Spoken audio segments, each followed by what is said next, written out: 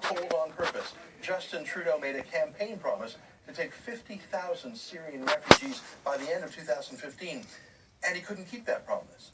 But instead of admitting that, he's resorted to tricks, misdirection, and outright lies. The idea that Canada could properly select and vet refugees from terrorist central, check them for ties to violent groups, check them for health, check that their stories add up, all in the Arabic language, where there are no reliable government records, where corruption is rife, that idea was never going to work.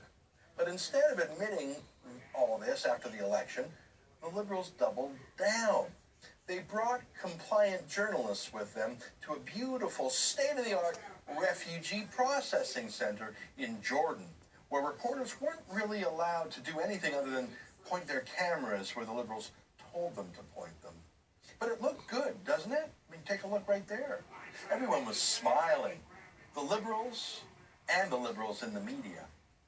But certain things just didn't fit. They didn't add up. Like when we asked for a copy of the questionnaire that those refugees were being asked at these refugee processing centers, and we were told that no such questionnaire existed.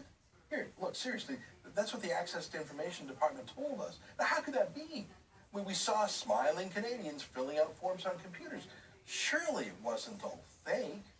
We asked other questions of the government, basic questions about refugees, and we were told we'd have to wait up to 300 days to get an answer. Government departments are supposed to reply in 30 days. They wanted nearly a year for the most basic information. Why? They wanted to hide something, but what? But then yesterday in a bombshell, in a parliamentary committee, Martin Bolduc, the vice president of the programs branch of the Canadian Border Services Agency, he was asked some very basic questions that no Liberal has answered so far, and he actually answered them. Here, listen for yourself. It's just incredible. Most of the 21,000 refugees that made it to our borders were now housed in camps. They have been living in theater for a number of years, renting apartments. So I just wanted that for precision. They're not housed in camps administered by the UNHCR. Yeah, can you give me a breakdown?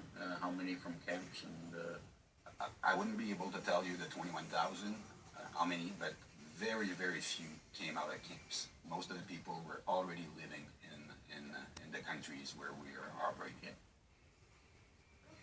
Now, we knew these Syrians weren't being brought in from Syria itself.